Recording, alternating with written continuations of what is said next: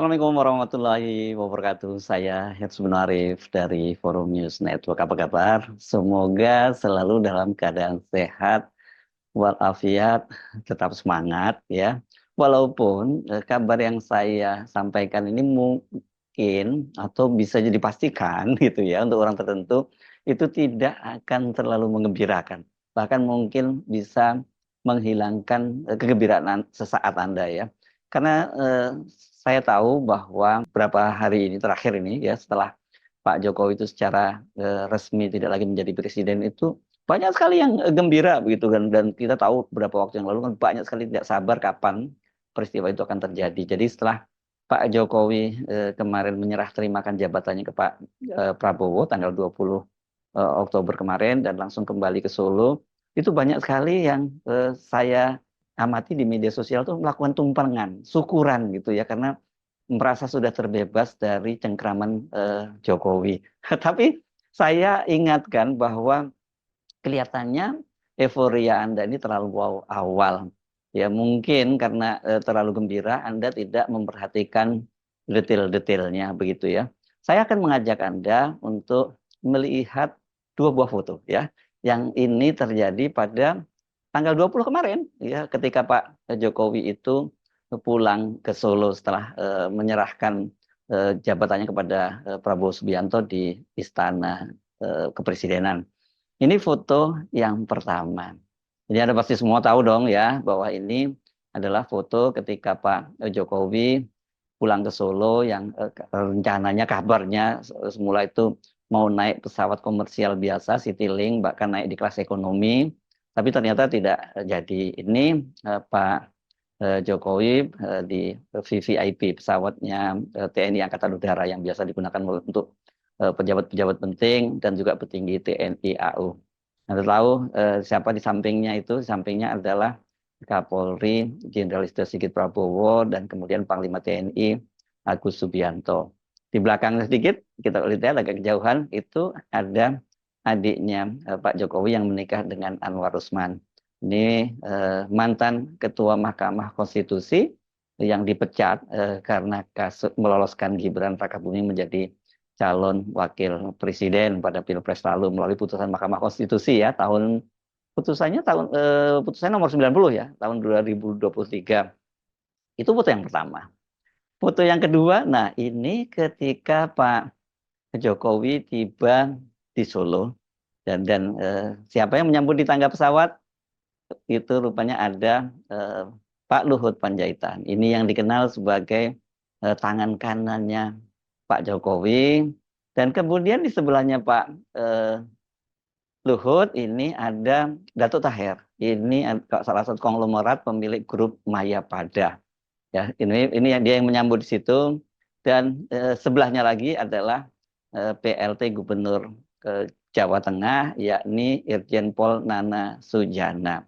Ini Anda pasti belum lupa ya, dulu dia pernah menjadi Kapolda Metro Jaya karena kasus pelanggaran prokes pada waktu itu yang dilakukan oleh Habib Rizik Syihab, kemudian dia dicopot jabatannya. Apa artinya dua foto ini? Ini rupanya secara jeli diamati oleh manusia mereka, Bung Said Didu, dan dia mengunggahnya di akun Twitternya. Ini baru pagi ini kalau saya lihat, ini masih fresh akun Twitternya. Akun Twitternya itu kalau ini dilihat last edited itu pukul 7.02 pagi tanggal 22 Oktober 2024. Ini ketika saya membuat konten ini baru sekitar 1 jam setelah dia mengunggah itu sudah ditonton oleh 8.000 lebih ya viewsnya gitu. Ada yang merepost, ada yang like, ada yang meng-quote. Nah, cuitan dari Said Didu ini yang menarik ya. Ini Said Didunya centang biru. Jadi ini adalah akun resmi. Jokowi betul-betul masih sangat kuat. Saat pulang ke Solo diantar oleh Kapolri dan Panglima TNI, meninggalkan Presiden terpilih Pak Ed Prabowo saat sibuk dengan acara kenegaraan, dan di Solo disambut oleh Pak LBP dan Datuk Thohir. Dapat dipastikan bahwa keberangkatan Kapolri dan Panglima TNI mengantar Jokowi ke Solo atas izin Presiden terpilih. Jika demikian artinya Pak Jokowi masih sangat kuat pengaruhnya kepada Presiden terpilih. apakah munculnya Dewan Ekonomi Nasional yang dilantik mendadak oleh Presiden adalah hasil pembicaraan, beri tanda petik, saat penyambutan di Solo? Coba Anda perhatikan ya, cuitan dari Manusia Merdeka ini. Ini persis, ini yang seperti yang saya pikirkan, dan kemudian karena kalau tadi kan fotonya terpisah yang saya sampaikan. Kalau ini di sini fotonya dijadikan satu. Ini secara politik ini menjadi, kita bisa mendapatkan satu landscape dari mosaik politik Indonesia pasca Pak Jokowi lengser. Kan banyak sekali yang menilai bahwa kabinetnya Pak Prabowo ini ya kabinet Pak Prabowo rasa Mulyono gitu ya. Dan nggak berlebihan karena kalau kita lihat komposisinya dari 34 menterinya Pak Jokowi itu hampir separuhnya itu masuk kabinetnya Pak Prabowo, dan itu posisi dengan portofolio penting semua begitu ya. Yang dipanggil kemarin itu pada hari pertama itu dari 49 orang menteri itu kan ada 17 orang menteri lama, menteri kabinetnya Pak Jokowi. Sebenarnya 18 tepatnya ya, dengan Menteri Hukum dan HAM Supratman Andi Aktas. Tapi kan kita tahu ini kader Gerindra yang juga baru masuk ke pemerintah. Jadi ya kita sebut itu tidak bisa kita kaitkan itu dengan Pak Jokowi. Nah, dari 17 itu 15 orang diantaranya adalah menteri dan 2 orang itu adalah wamen. Wamennya itu adalah Raja Juli Antoni dan kemudian Letnan Jenderal Herindra. Dua-duanya itu sekarang promosi. Raja Juli Antoni, Sekjen PSI, ini berarti ini langsung ini orangnya Pak Jokowi lewat anaknya bahkan itu naik pangkat jadi Menteri Kehutanan.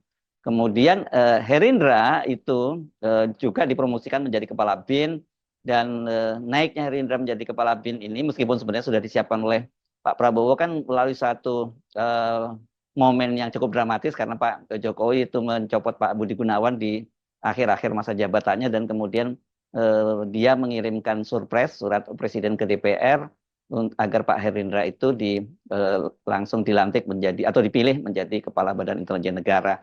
Alasannya Pak Jokowi katanya itu atas pemerintahan Pak Prabowo dengan pertimbangan teknis karena ingin Pak Herindra itu dilantik bersama dengan kabinet. Tapi apapun ini kan kemudian tidak lepas dari perseteruan antara Pak Jokowi dengan Ibu Megawati, dan kemudian batalnya PDIP masuk ke kabinetnya Pak Prabowo. Karena bagaimanapun juga Pak Budi Gunawan ini adalah orang dekatnya dari Ibu Megawati.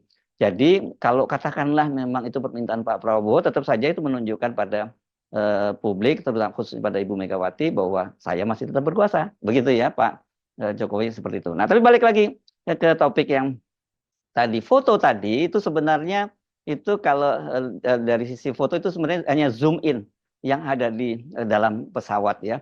Tapi kalau kita kemudian kita zoom out, itu kita akan mendapat gambaran utuh.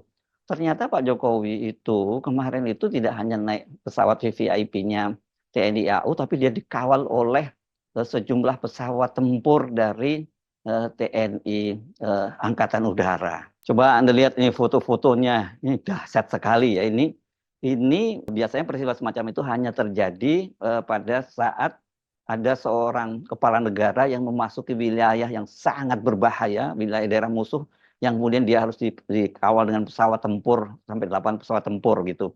Atau yang kedua, ya ini orang yang sangat dihormati, sangat dielelukan, sehingga kemudian ketika dia pulang kampung, dia harus dikawal sampai 8 pesawat tempur. Di situ disebutkan bahwa ini TNI AU itu mengerahkan 4 pesawat F-16 Fighting Falcon dari Skuadron Udara 3 dan Skuadron Udara 14, 3 pesawat T-50I Golden Eagle dari Skuadron Udara 15, serta 1 pesawat Sukhoi Su-30 Mk2 dari Skuadron Udara 11. Gila banget ya. Ini belum pernah terjadi ya sepanjang sejarah Republik Indonesia, bahkan ketika misalnya eranya Pak Harto atau Pak SBY atau Pak Karno lah gitu. Apalagi Pak Karno kita belum punya pesawat semacam itu.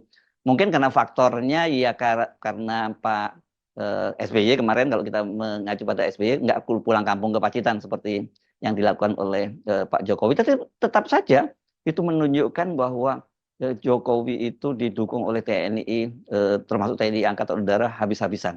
Nggak bisa tidak kita menafsirkan semacam itu, apalagi kalau kemudian kita melihat yang di dalam pesawat itu ada Kapolri, ada Panglima TNI.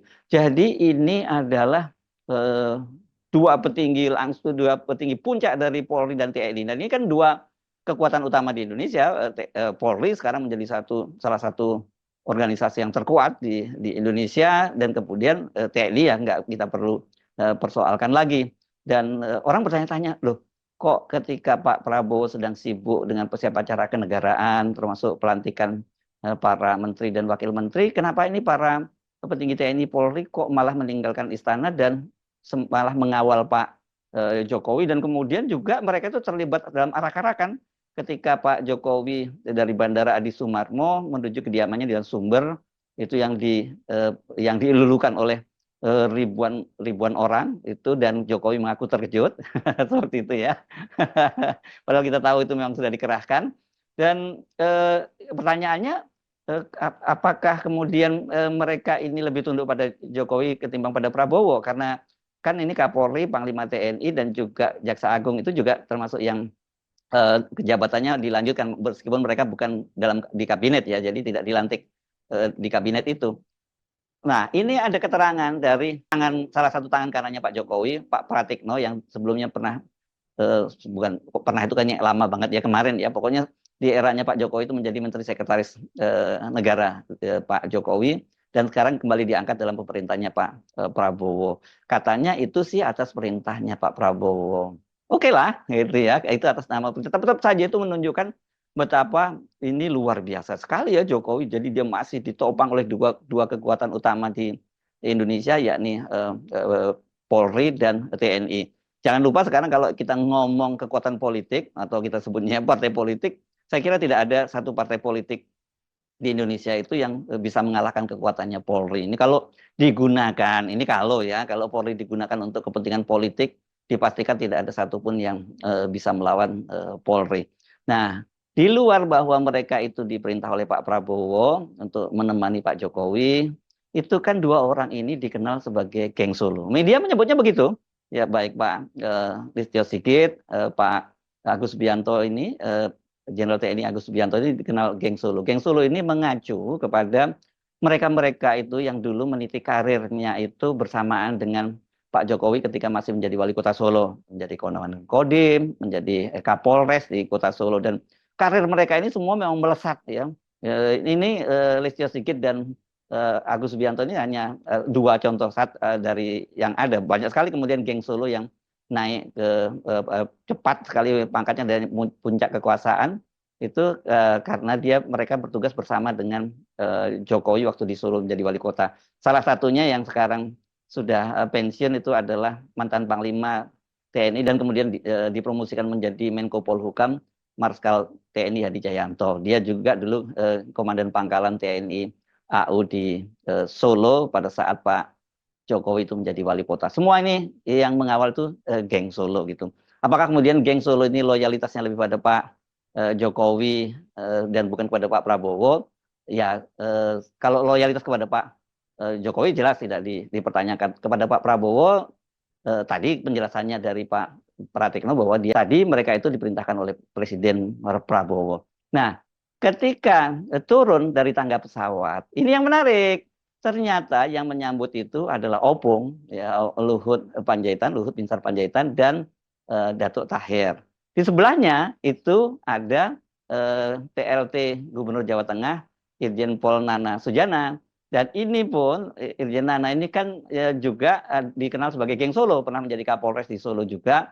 Dan karirnya pada waktu itu melejit, dia kan pernah jabatan tertingginya di Polri untuk teritorial, pada waktu itu dia menjadi Kapolda Metro Jaya.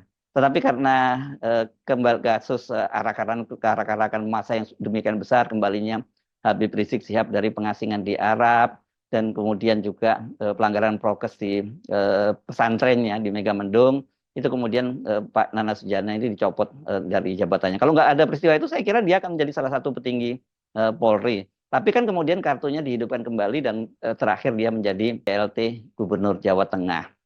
Pak Luhut rupanya ngilang dari Jakarta, nggak kelihatan di istana dalam pelantikan kabinet, karena dia lebih memilih untuk menyambut Pak Jokowi di Solo, dan kemudian dia juga terlihat itu ada di rumah Pak Jokowi di Sumber. Soal bagaimana hubungan Pak Jokowi dengan Pak Luhut, Saya kira Anda nggak perlu saya update ya, karena kita semua tahu bahwa Pak Luhut itu adalah tangan kanannya Pak Jokowi, troubleshooter semua persoalan Pak Jokowi, dan pada waktu itu dijuluki sebagai Prime Minister gitu ya. Malah kalau nggak salah waktu Pak Luhut berkunjung ke Tesla kan juga akun resmi dari Tesla itu menyebutnya dia sebagai Prime Minister. Ya memang sangat nggak terlalu salah ya, karena dibandingkan dengan wakil presiden, perannya Pak Luhut itu memang luar biasa sekali di eranya Pak Jokowi. Jabatannya banyak banget di era Pak Jokowi, kita nggak tahu berapa banyaknya begitu ya.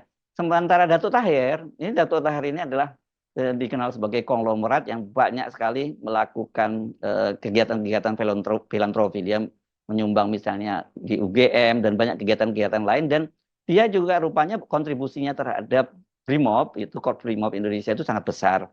Terbukti ketika itu dia diangkat menjadi anggota Dewan Kehormatan dari Brimob dan dia dipanggul-panggul. Fotonya pada waktu itu viral ya.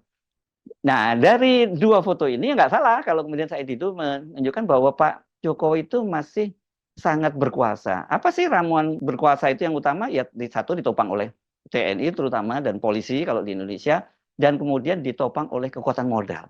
Gitu. Ini jadi dari situ bayangkan Pak Jokowi ini kan sudah outgoing presiden begitu ya. Sementara incoming presidennya bukan lagi incoming ya, sudah definitif presidennya itu kan Pak Prabowo. Tapi dia masih disambut oleh salah satu representasi dari Taipan besar di Indonesia ketika dia sudah tidak lagi menjabat. Dan tadi tuh lihat bagaimana pengawalan pesawatnya luar biasa, pesawat terbangnya luar biasa.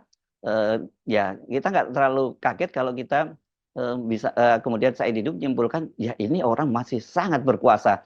Dan itu ya dugaan bahwa Pak Jokowi itu masih sangat berkuasa itu ketika tiba-tiba yang nggak ada apa sebelumnya kabar atau kabar anginnya sebelumnya, Luhut ternyata kemudian eh, tidak jadi pensiun dan dia dilantik menjadi ketua Dewan Ekonomi Nasional. Nah, banyak orang yang terkejut. Apakah ini merupakan hasil dari pertemuan di Solo itu? Nah, kalau menurut Pak Luhut tidak, kata dia itu sebenarnya sudah Juli dia sudah diminta oleh Pak Prabowo untuk gabung dalam pemerintahannya gitu. Saya nggak menyebut kabinet karena nanti kita bicarakan apakah Den itu masuk dalam nomenklatur kabinet atau bukan gitu. Dan ini kita kan banyak sekali membaca berita-berita bahwa Pak Luhut pada waktu itu dia menyatakan dia tidak akan masuk dalam pemerintahannya Prabowo, cukup capek dia mau istirahat gitu. Tapi kalau menurut pengakuan Pak Luhut, kita tidak tahu yang benar yang mana. Itu kemudian dia diminta oleh Pak Prabowo dan akhirnya ya karena diminta untuk mengabdi pada negara tidak ada lain kata dia siap gitu. Siapa Pak Luhut? Dalam konteks hubungannya dengan Pak Prabowo, ya Pak Luhut ini seniornya Pak Prabowo. Bahkan ketika masih sama-sama aktif di Kopassus, ketika dibentuk Den 81, kalau sekarang ini Satgultor, itu Pak Luhut menjadi komandannya dan Pak Prabowo itu menjadi wakilnya. Jadi secara hierarkis atau secara kesenioran ya Pak Prabowo kalah nih dengan Pak Luhut gitu ya. Dan ini kan kemudian ada bilang, oh kan cuman Den, ini bukan kabinet. Jangan salah, ini Pak Luhut itu dikasih jabatan apapun itu dia bisa memanfaatkannya dengan sangat baik. Kita masih ingat ya ketika pertama kali masuk ke lingkungan istana itu kan Pak Luhut itu menjadi kepala staf presiden. Ini apa ya sebuah lembaga yang anggarannya pun kecil gitu. Sebenarnya walaupun disebut kepala staf presiden juga ya perannya nggak penting-penting banget lah. Kita kan pernah lihat misalnya apa yang dilakukan oleh Teten Mas Duki misalnya menjadi KSP dan kemudian juga Pak Muldoko, tapi tidak bisa seperti Pak Luhut. Dan tidak lama kemudian Pak Luhut kan ketika terjadi reshuffle kemudian menjadi Menko Polhukam menggantikan Laksamana TNI Tejo Edi Purdianto. Dan dari situlah kemudian Pak Luhut kemudian direshuffle lagi menggantikan Menko Marinvest, itu Menteri Maritim dan Investasi, menggantikan Rizal Ramli. Dan ketika Pak Luhut itu menjadi Menko Marinvest, inilah peran dia sebagai Prime Minister itu terlihat sekali. Dia merupakan troubleshooter, semua masalah-masalah di pemerintahannya Pak Jokowi itu diselesaikan oleh Pak Luhut. Ya banyak orang iri gitu. Tapi ya Pak Jokowi saya kira tidak punya pilihan lain selain meminta Pak Luhut karena memang terbukti Pak Luhut bisa berhasil menyelesaikan berbagai persoalan yang dihadapi oleh pemerintahan ya, Pak Jokowi. Nah, apakah skenario itu juga akan terjadi dimulai dari Den, tapi kemudian nanti terjadi reshuffle dan kemudian Pak Luhut menempati posisi-posisi penting lagi seperti pada eranya Pak Jokowi atau bahkan juga mengulang peran yang sama pada era Pak Jokowi, ini tentu saja sangat menarik. Dan sinyal ini sebenarnya sudah disampaikan oleh Ketua Umum Partai Golkar. Dia menyebut bahwa ini ngeri nih jabatannya Pak Luhut ini bisa panggil-panggil para menteri ekonomi. Apakah betul gitu ya? Kalau panggil-panggil Menteri Ekonomi kan berarti Bahlil bisa dipanggil karena Bahlil kan itu di Menteri SDM ini kita kaitannya juga dengan ekonomi ya, walaupun bukan dalam pengertian pure ekonomi, tapi ini erat kaitannya seperti itu. Dan juga sinyal itu sangat kuat ketika setelah pelantikan itu Menko Perekonomian ini Pak Erlangga Hartarto yang juga mantan Ketua Umum Partai Golkar itu kemudian mengunggah sebuah foto, dia menunjukkan bahwa bersilaturahmi dan berkonsultasi dengan Pak Luhut. Jadi ini memang selain faktor usianya yang lebih tua, lebih senior dan dari Golkar juga tokoh senior, tapi auranya Pak Luhut saya kira ini yang membuat para menteri-menteri itu juga nantinya nggak perlu dipanggil oleh Pak Luhut, mungkin akan sowan ke Pak Luhut atau bahasanya Pak Erlangga itu ya ini berkonsultasi. Jadi dari sini dengan masuknya Pak Luhut ya makin lengkap itu rasa kabinetnya Pak Prabowo itu rasanya Pak Jokowi, dan ini sinyalnya sangat jelas bahwa kekuatan ekonomi, kekuatan politik, kekuatan kepolisian dan militer TNI itu masih di bawah kendali, atau mungkin kalau saya bilang kendali terlalu berlebihan, masih di bawah pengaruh sphere of influence dari Pak Jokowi. Ya, ini pasti orang kalau melihat ini, begitu melihat data-data yang saya paparkan ini pasti banyak yang nggak happy ya. Mungkin yang tadinya tumpengan mesti dibatalkan lagi. Karena memang sangat jelas ini terjadi tarik-menarik antara kepentingan antara Pak Prabowo dengan Pak Jokowi. Dan perlu waktu kelihatannya bagi Pak Prabowo itu untuk melakukan konsolidasi kekuasaan. Dan saya kira hanya cara seperti itu, kalau Pak Prabowo mau ditopang oleh rakyat, mau didukung sepenuhnya oleh rakyat, ya dia harus mulai membuat, memutus mata rantai atau asosiasi dia dengan Pak Jokowi. Karena sekarang ini saya tahu banyak sekali mereka-mereka yang tadinya pada Pilpres yang lalu itu tidak mendukung Pak Prabowo, sekarang beralih mendukung Pak Prabowo, bahkan mengkhawatirkan keselamatan dan kesehatannya Pak Prabowo, simply karena mereka khawatir kalau terjadi apa-apa pada Pak Prabowo itu berarti ya yang akan menjadi presiden berikutnya itu adalah bukan Fufu, maksud saya Gibran Rakabuming, dan kalau itu yang terjadi ya berarti itu adalah betul-betul 3 periode dari Pak Jokowi. Nah, ada satu hal lagi yang sangat penting yang mungkin juga banyak luput dari perhatian publik, itu bagaimana antara Pak Jokowi dan oligarki itu masih punya pengaruh yang sangat kuat. Ini yang saya maksud itu adalah ditunjuknya politisi PDIP Marwarar Sirait itu menjadi Menteri Perumahan. Sebelumnya kan kalau kita menyimak pernyataan dari adiknya Pak Prabowo, Hasim Joyo Hadikusumo, itu kan dia pernah memberikan clue bahwa yang akan menjadi Menteri Perumahan itu adalah Wakil Ketua Umum Partai Gelora Fahri Hamzah. Itu sudah disampaikan ketika dia memaparkan tentang program andalan Pak Prabowo selain soal makan siang gratis, perbaikan gizi untuk anak-anak Indonesia, itu soal perumahan. Karena kata dia ini dibutuhkan banyak jutaan perumahan dan untuk rakyat Indonesia, dan itu Pak Hasim menyatakan setiap tahun itu setidaknya programnya dari pemerintahan Pak Prabowo itu menyediakan 3 juta rumah. Jadi selama satu periode itu 15 juta, dan kalau Pak Prabowo itu 2 periode itu kan menjadi 30 juta. Itu kata Pak Hasim, dan pada waktu itu dia menyatakan bahwa proyek perumahan ini nanti juga akan melibatkan banyak UMKM. Tapi kata dia 9 naga boleh terlibat, tapi untuk di perkotaan kota-kota besar seperti Jakarta. Nah, tapi kemudian pernyataan dari Hasim itu diralat oleh Ketua Harian Partai Gerindra Sufmi Dasko Ahmad, yang dia menyatakan bahwa bukan berarti itu menterinya nanti Menteri Perumahan itu adalah Fahri Hamzah, karena kata dia kenapa Pak Hasim menyebut itu karena Fahri Hamzah ini termasuk Satgas Perumahan, menjadi anggota Satgas Perumahan. Tiba-tiba saja ketika kemarin diumumkan yang menjadi Menteri Perumahan itu adalah Marwarar Sirait dan Fahri Hamzah itu digeser hanya menjadi wakil menteri. Nah, siapa Marwarar Sirait ini? Marwarar Sirait ini sesungguhnya kader PDIP, tapi kalau lihat jejak digitalnya dia lebih dekat dengan Pak Jokowi. Kita ingat pada periode pertama pemerintahannya Pak Jokowi tahun 2014 itu kan Marwarar itu termasuk yang akan dilantik menjadi menteri. Pada waktu itu posnya itu adalah Menpora ya, makanya kemudian media menyebutnya dari batal menjadi Menpora di eranya Jokowi, sekarang dia menjadi Menpera. Memang pada waktu itu Marwarar ini sudah mengenakan kemeja putih, sudah merapat ke istana, tapi tiba-tiba saja ketika pengumuman kabinet dia batal karena dia itu memang Ibu Megawati Ketua Umum DPP PDIP tidak menginginkan Marwarar itu menjadi menteri.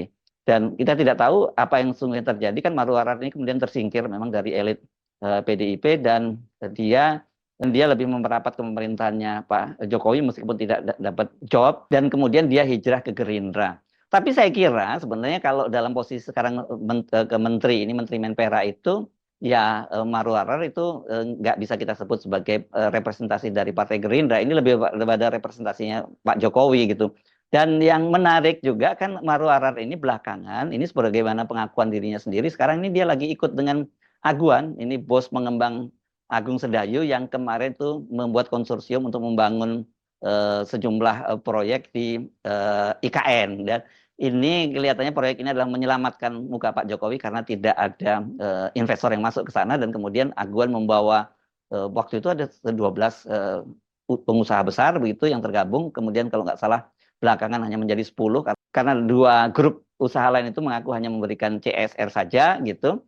Dan Marwarar selalu hadir di situ. Dia mengaku ikut di situ, katanya diikut investasi tentu kecil-kecilan. Jadi dia ini ya sangat dekat kalau oleh media dengan mudah kemudian menyebutnya, menyederhanakan itu bahwa sekarang Marwarar bersama Sembilan Naga. Sembilan Naga ini kan sebutan untuk dulu ada 9 taipan besar, taipan konglomerat besar yang menguasai perekonomian di Indonesia. Tapi sekarang kelihatannya media lebih simpel nyebutnya ke orang seperti Aguan, itu pun disebut bahwa 9 naga. Mungkin bagian dari 9 naga, iya. Tapi kalau 9 naganya itu kan banyak anggotanya yang lain. Dan Marwarar bagian dari situ. Jadi kelihatan sekali bahwa Marwarar itu ditempatkan di Menpera, ya itu jelas dia representasinya Pak Jokowi. Dan yang kedua dia representasinya kekuatan pemilik modal, kekuatan para pengembang, taipan pengembang besar gitu ya.